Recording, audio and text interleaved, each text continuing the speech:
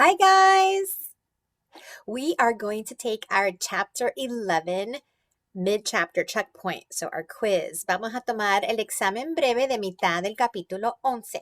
Make sure that your thinking cap is on, and one side is on math, other side chapter 11, and make sure it's tight. So tenemos el casco de pensar puesto con capítulo 11, matemática, y está abrochado bien. Now, remember, we have been talking about three-dimensional shapes. Those are solid shapes that have sides. Some of those sides are flat, some of those sides are curved. Estamos hablando de las figuras tres-dimensionales que son sólidas y tienen muchos lados. Algunos tienen lados planos, algunos tienen lados curvados. So make sure you're thinking of all of that. Estamos pensando en eso. Remember that there's names to our shapes. We've talked about rectangular prisms. Hemos hablado de las prismas rectangulares. Remember that a cube is a type of rectangular prism. Un cubo es un tipo especial de una prisma rectangular. We've talked about cones, los conos, spheres, las esferas. What am I missing? Cilindros. So all of that is going to be on our quiz. I hope you're ready. Let's get started. Let me put the volume up here so we can hear this. Here we go. Mid-chapter checkpoint. Okay, so es el chequeo de mitad de capítulo. Concepts and skills. Conceptos y destrezas. 1. Circle the rectangular prisms.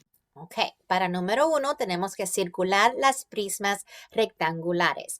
Now notice how there's an S. It says rectangular prisms, so there's more than one answer. So dice prismas con S, quiere decir que hay más de una respuesta.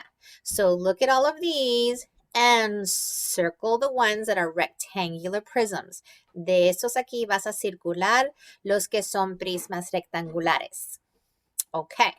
Let's go on to number 2. Número 2. 2. Draw a line under the shapes that have both flat and curved surfaces. Okay, so ahora vamos a subrayar las figuras que tienen tanto superficies planos y curvados. So that means that we're looking for shapes from these 5 that have curved and flat in one shape. Okay, tiene que tener superficie plano y curvado en la misma forma. Y le vas a poner una línea abajo. So we're going to underline those. And I will give you a clue again, and I will tell you that there are 2 answers. Hay 2 respuestas para este, so vas a subrayar 2. You're going to underline 2 of them. All right, let's move on to the middle here. Use three-dimensional shapes. Usa formas de 3 dimensionales. Well, that's what we've been working with, so Combine. vas a combinar estas 2. Which new shape can you make? Circle it. Okay, so if you're using these 2, which of these can you make? You're going to circle it. Si combinas estas 2, ¿cuál de estas puedes hacer? Le vas a poner un círculo. I think that's a pretty easy one. And the last one, number 4. 4. Which new shape can you make? Combine a cube and a cylinder, and a cube and a cylinder.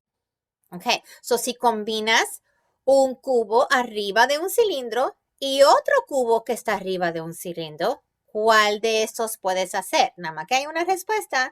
There's only one answer, so look carefully. If the cube is on top of the cylinder, think of it like it being stuck. And then you have another cube on top of the cylinder that's stuck. Which of those can you make? Okay, I'm trying to give you a hint here. So, si están pegados el cubo arriba del cilindro y otro igual, ¿cuál de eso puedes hacer? Okay, eso es una pista que te di. All right, I hope everybody gets 100. Make sure you turn it into your teacher. Have an awesome day. Bye.